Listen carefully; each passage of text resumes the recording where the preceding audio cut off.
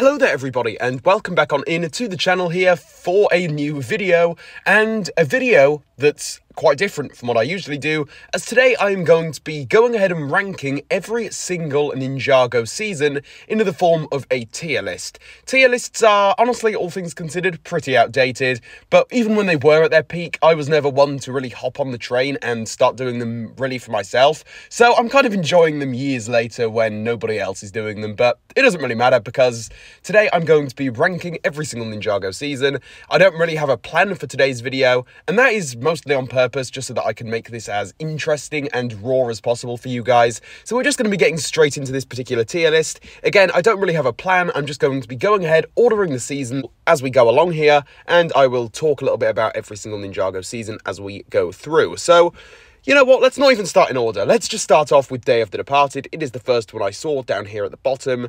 Now, Day of the Departed, where to put this one? I'm honestly thinking probably D tier. I don't know, I kind of am hesitant to put anything in, like, bottom of the barrel F tier, but we'll see as we go along. I think that D tier is probably going to be, like, the worst that I actually use in today's video, so we may actually just end up forgetting about F tier altogether, because I'm not sure anything is completely bottom of the barrel. I will say that I think every Ninjago season has at least one redeeming quality. Whether or not that's honestly a very good quality, I don't really know, but Day of the Departed, it's fun to watch every year for Halloween. It's really nothing great, but it's just kind of there. It exists. I don't really watch it when it's not October. So yeah, I'm just going to throw it down here because it's cool, I guess, but 40 minutes is just not good enough. I think this is the pilots, right? Yeah, this is the pilots. I'm going to put the pilots in, A or B. I think I'm going to put them in B, although that may change, but I think B is still a fair enough place. It's still a very good kind of entry for this installment to be at. The pilots are a very, very good start to Ninjago, but honestly, compared to everything else we have still to go over, are the pilots really that amazing? In my personal opinion here, probably not. Next up, what I'm seeing straight off the bat is Hunted, and I think Hunted definitely deserves A tier. Definitely one of the best out of the Oni trilogy. I can never fully decide between Sons of Garmadon or Hunted. I'd say that they are pretty much even to me. I always go into my Oni trilogy rewatches and I'm like, right, okay, I'm finally going to decide which one I prefer, but then after I watch both of these two installments, I'm still just back to square one. I'm just left wondering, what really is better? Because I really love Hunted and all of the aspects of it for the most part, and yes, I even love the weird Dareth jokes, but Sons of Garmadon still exists, and Sons of Garmadon is still a very great Ninjago season, so I just have a lot of difficulty deciding between them. Next up, we're going to be ranking Season 1, and I'm going to be a quick one, straight in S tier. This is in my top 3 favourite Ninjago seasons.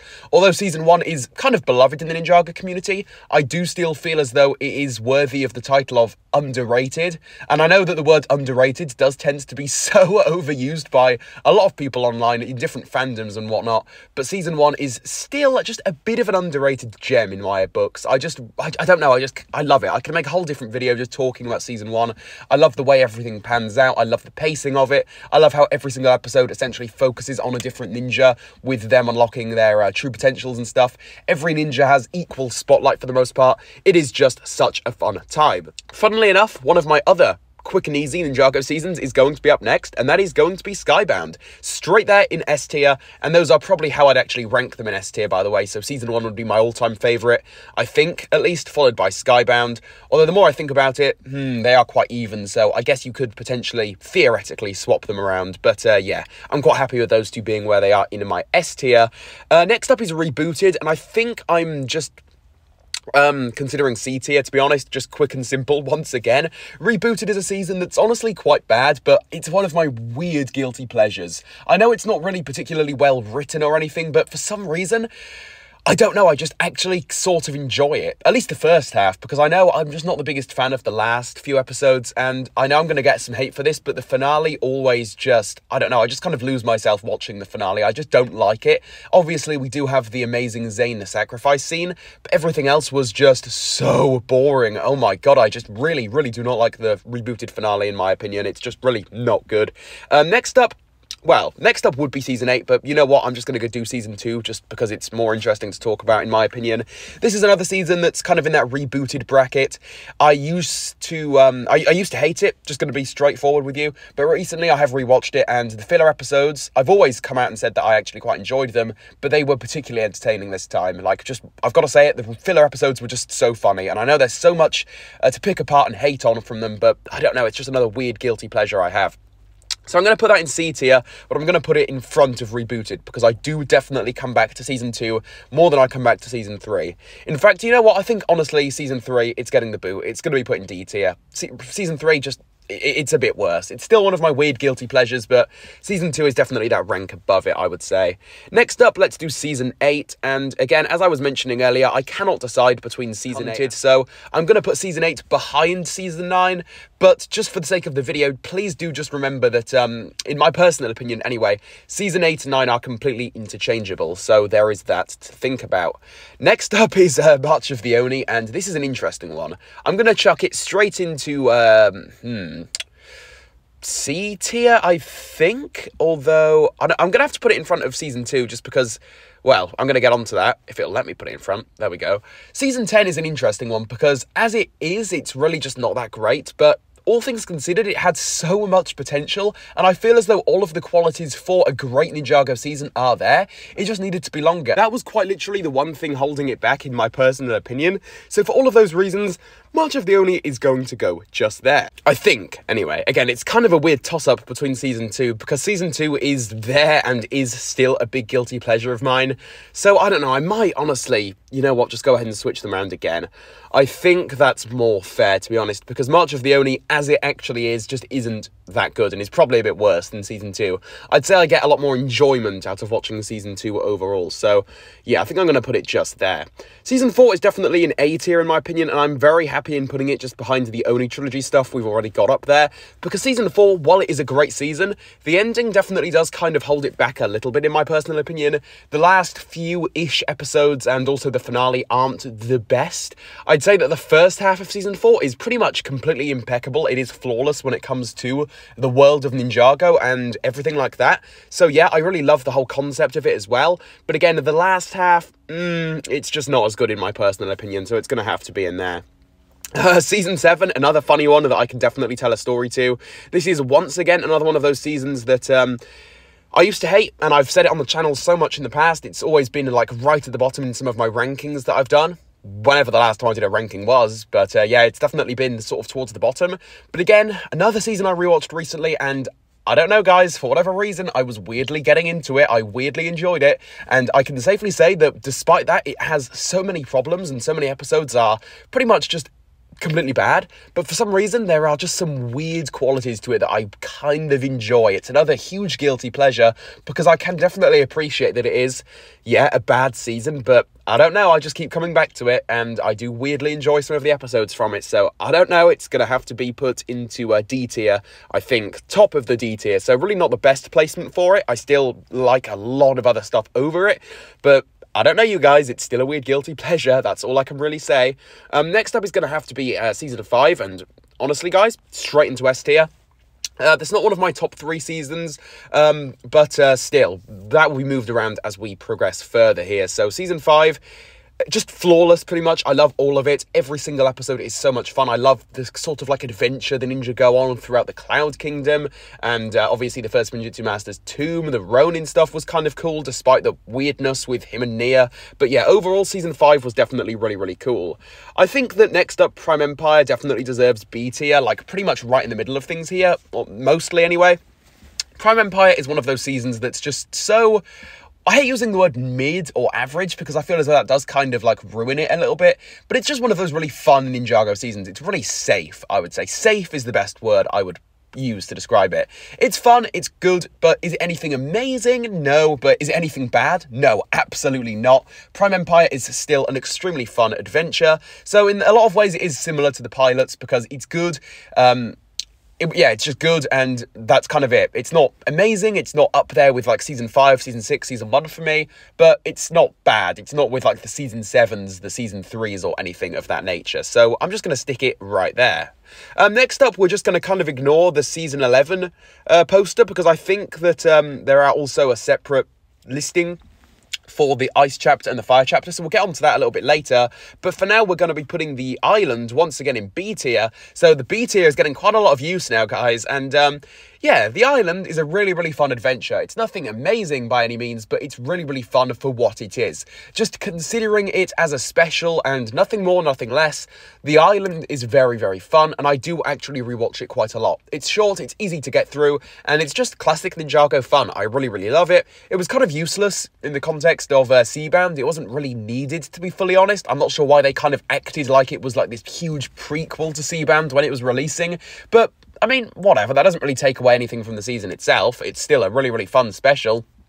Special, not season, by the way, guys.